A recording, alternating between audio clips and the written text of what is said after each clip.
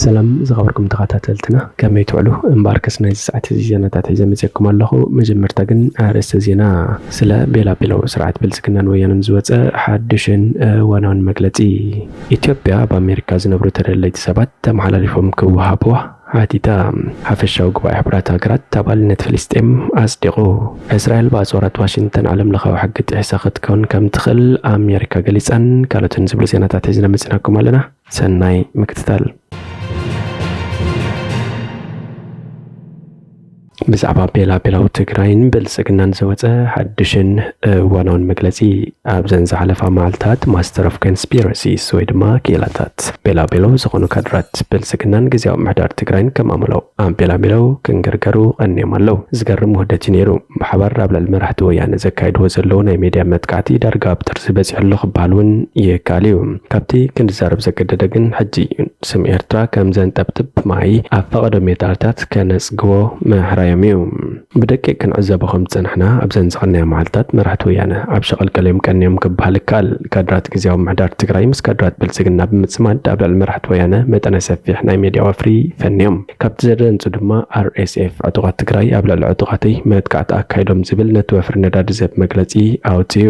ሓቂ ድዮ ሓቅን ዳን ጽባሕ ክፍለጥ እዩ። ሓቂ ብሓቂ ከም ነጎዳ እንዲና ኾነን ጎድጉዶ ማስተር ኦፍ ኮንስፒሬተርስ በጽፍዕት ሓቂ ዕርቃኖም ከም ዝወፅእ ፍጹም ጥርጥር የለን። መራሕቲ 4 ኪሎ ምስ ኢማራት ዓረብ ብምጽማድ ኣብ ውሽጢ ሱዳን ኣእዳዎም ካብ ምእታው ኣይሓንኹን ጸኒሖም። ንሓምዳን ዳጋሎ ዓጢቖምን ኣስኒቖምን ሰራዊት ዳጋሎ ፈጣን ዝኾነ ገስጋስ ኣርእዩ። ድሕሪ ኣዋርሕ ግን ነገራት ከም ሽንቲ ገመል ንድሕሪት ክኸድ ጀሚሩ። ሰራዊት ሱዳን ኣብ ልዕሊ ዕጡቓት ዳጋሎ መጠነ ሰፊሕ ጸረ መጥቃዕቲ ኸፊቱ ከመይ ኣሎ ባይታ ጽባሕ ክምለስ እዩ። ዳጋሎ ብዕጡቓት ወያነ ይውቃዕ ኣለኹ ድሕሪ ምባሉ 4 ኪሎ ፍጹም ኣይቀሰነትን። ኣብ ሱዳን ገበጣ ክጻወቱ ዝጸንሑ ሓይልታት ኣብ ሱዳን ሰዕረትዩ ክጽበዮም ጸኒሑ። ብልጽግናን ኢማራትን ዓብ ውቅዕት ይውቅዑ ምህላዎም ካድራት ብልጽግና ኣብ ማሕበራዊ መራኸቢታት ከይተረፍዮም ተኣሚኖምሉ። ናይ ሱዳን ጉዳይ ኣብ ዝጥዕመና ግዜን ቦታን ክንምለሶ ኢና። ካብቶም ኣብ ኣዲስ ኣበባ ዘለው ምንጭታት ዝተረኽቦ ሓበሬታ ግን ዘደቅስ ኣይመስልን። ዝቐነየ ወፍሪ ንስዕረቶም ምልክት ዝህብ ነይሩ። ኢትዮጵያ በአሜሪካ ዝነብሩ ተደለይቲ ሰባት ተመሓላሊፎም ክወሃብዋ ሓቲታ ፖሊስ ፌደራል ኢትዮጵያ በአሜሪካ ዝነብሩ ተደለይቲ ሰባት ተመሓላሊፎም ክወሃብዋ ኣብቲ ሃገር ንዝርከብ ኤምባሲ ኣሜሪካ ሕቶ ኣቕሪቡ። ፖሊስ ፌደራል ኣብ ዘውፀ መግለጺ ብዕለት 2 ግንቦት 2016 ዓ.ም ገስ ሕቱ ናብ ኣምባሳደር ኣሜሪካ ብኢትዮጵያ ኤርቪን ማሲንጋ ከም ዘቕረበ ኣፍሊጡ ኣሎ።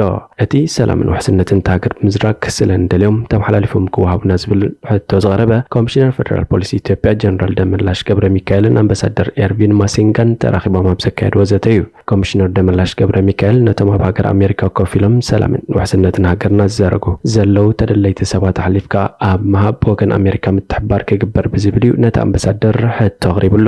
ሰላምን ውሕስነትን ሃገር ዝዘርጉ ተደለይቲ ዝብል ዝተጠቕሱ ኣካላት በዓል መን ምዃኖም ግን መግለፂ ፌደራል ፖሊስ ኣይነፀረን። ኣምባሳደር ኤርቪን ማሲንጋ ብወገኑ ፌደራላዊ ፖሊስ ኢትዮጵያ በኣሜሪካ ዝድለዩ ገበነኛታት ሓሊፍካ ኣብ መሃብ ንዝገበሮ ኣበርክቶ ኣመስጊኑ ሃገሩን ፌደራል ፖሊስ ኢትዮጵያ ተመሳሳሊ ድጋፍ ንምሃብ እጃማ ከም እትገብር ምዝራቡን እቲ መግለፂ የመልክት። ኢትዮጵያን ኣሜሪካን ገበኛታት ኣሕሊፍካ ናይ ምሃብ ስምዕ እኳ እንተዘይሃለወን ቅድሚ ሕደት ዓመታት ግን ብቕትለት 2 ሰባት በኣሜሪካ ዝድለ ዝነበረ ዮሃንስ ነሲቡ ዝተባሃለ ውልቀ ሰብ ኢትዮጵያ ኣሕሊፋ ከም ዘረከበቶ ዝዝከር እዩ። መንግስቲ ኢትዮጵያ ኣብቲ ሃገር ምስ ዝውልዑ ጎንፅታት ብዝተሓሓዝ ተጠርጠርቲ ገበነኛታት ዝበሎም ዝርዝሮም ወግዓዊ ኣብ ዝገበረሎም እዋናት ኣስማት ናይ ገለ ኣብ ወፃእ ዝነብሩ ትውልዲ ኢትዮጵያውያን እውን ዝርከቦም መንባሩ ይፍለጥ። እቲ ኣምባሳደር ነቲ ኣብ መንጎ ፌደራል ፖሊስ ኢትዮጵያን ፌደራል ቤት ጽሕፈት መርመሪ ኣሜሪካ ወይ FBI ዘሎ ርክብ ኣብ ምጥንኻር እጃሙ ክፍጽሙን ኮሚሽን ፌደራል ፖሊስ ጻውዒት ኣቕሪቡሎ። ኤምባሲ ኣሜሪካ ብወገኑ ነቲ ኮሚሽነር ገብረ ሚካኤል ኣምባሳደር ኤርቪን ዘካየድዎ ዝርርብ ዝምልከት ኣብ ዝዘርግሖ መግለጺ ዋላ እኳ ብዛዕባ ተደለይቲ ውልቀ ሰባት ሓሊፍካ ምሃብ ዝጠቐሶ ነገር እንተዘየለ ኣብ ጉዳይ ኣፈጻጽማ ሓቂ ህዝብን ኣካላት ፍትሕን ከም ዝተዘራረቡ ግን ጠቒሱሎ። ሓፈሻዊ ጉባኤ ሕብራት ሃገራት ኣባልነት ፍልስጤም ኣጽዲቑ። ሓፈሻዊ ጉባኤ ሕብራት ሃገራት ፍልስጤም መበል 194 ኣባላት ውድብ ንምግባር ዝቐረበ እማመ ብልዑል ድምፂ ኣጽዲቑ። እቲ ሓፈሻዊ ጉባኤ ናይ መወዳእታ ሕቶ ኣባልነት ንዝውስን ባይቶ ፀጥታ ሕብራት ሃገራት ሕቶ ኣባልነት ፍልስጤም ዳግማይ ክግምግሞ ሓቲቱ። ብሃገራት ዓረብን ፍልስጤምን ዝተደገፈ እዚ ናይ ውሳኔ እማመ ብ143 ድጋፍ 9 ተቃውሞን 25 ድምፂ ተኣቅቦን ጸዲቑ ኣሎ። ንኣሜሪካ ሓዊሱ እስራኤል፣ ኣርጀንቲና፣ ቼችያ፣ ሃንጋሪ፣ ማይክሮኔዥያ፣ ናኡሩ፣ ፓላውን ፓፑዋ ኒውን ኒው ጊኒን ተቃይሞን ኣለዋ።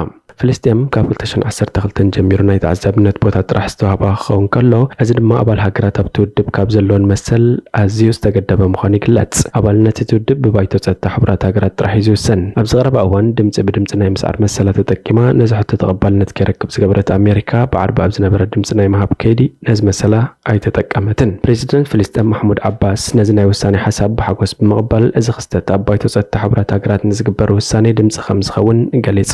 ፍልስጤም ኣብ ሕቡራት ሃገራት ምልእቲ ኣባል ንምዃን ትገብሮ ጻዕሪ ኣበርትያ ክትቅጽል ድማ ኢሉ። ኣምባሳደር እስራኤል ኣብ ሕቡራት ሃገራት ጊላርድ ኤርዳን ብወገኑ ራዕዳዊ መንግስቲ ምቕባል ክብል ነዚ ክስተት ኮኒንዎ። ንቕዳሕ ቻርተር ሕቡራት ሃገራት ዝቐደደት ኣምባሳደር ነዚ ውሳኔ ንዘሕለፈ ኣባል ሃገራት ከሲሱ። ብዙሓት ሃገራት ኤውሮጳ ንፍልስጤም ኣፍልጦ ንምሃብ ከም ዘንቀዳ ይግለጸሉ ኣብ ዘሎ እዋን እዩ ሓፈሻዊ ጉባኤ ሕቡራት ሃገራት ኣባልነት ፍልስጤም ኣጽዲቑ ዘሎ። ላዕለዋይ ሓላፊ ፖሊሲ ወጻኢ ሕብረት ኤውሮጳ ጆሴፍ ቦረል ስፔን ኣብ ዝወርሒ ንፍልስጤም ኣፍልጦ ከም እትህብ ንሓደ መራኸቢ ሓፋሽ ስፔን ገሊጹ እዩ። ቅድሚ ሕጂ ኣየርላንድ፣ ስሎቬንያን ማልታን ነዚ ስጉምቲ ከም ዝወሰዳ ምግላጽን ይዝከር። እዚ ብዓርቢ ዝሓለፈ ውሳኔ ፍልስጤም ኣብ ክትዓት ንኽትሳተፍ ኣጀንዳታት ከተቕርብን ተወከልታ ብኮሚቴነት ክምረጹን ዘኽእል ተወሳኺ መሰል ዘጎናጽፍ እዩ። ሓፈሻዊ ጉባኤ ዋላ እኳ ነዚ ውሳኔ እንተሕለፈ ፍልስጤም ብኣባልነት ንምቕባል ግና ደገፍ ባይቶ ጸጥታ ሕቡራት ሃገራት ክትረክብ ኣለዋ። እስራኤል በአጽዋራት ዋሽንግተን ዓለም ለኻዊ ሕጊ ጥሒሳ ክትከውን ትኽእል እያ ክትብል ኣሜሪካ ገሊጻ። ኣሜሪካ እስራኤል ኣብ ኪናት ጋዛ ዓለም ለኻዊ ሕጊ ሰብኣውነት ኣብ ምጥሓስ ካብ ኣሜሪካ ዝረኸበቶ ኣጽዋር ተጠቂማ ክትከውን ከም ትኽእል ገሊጻ።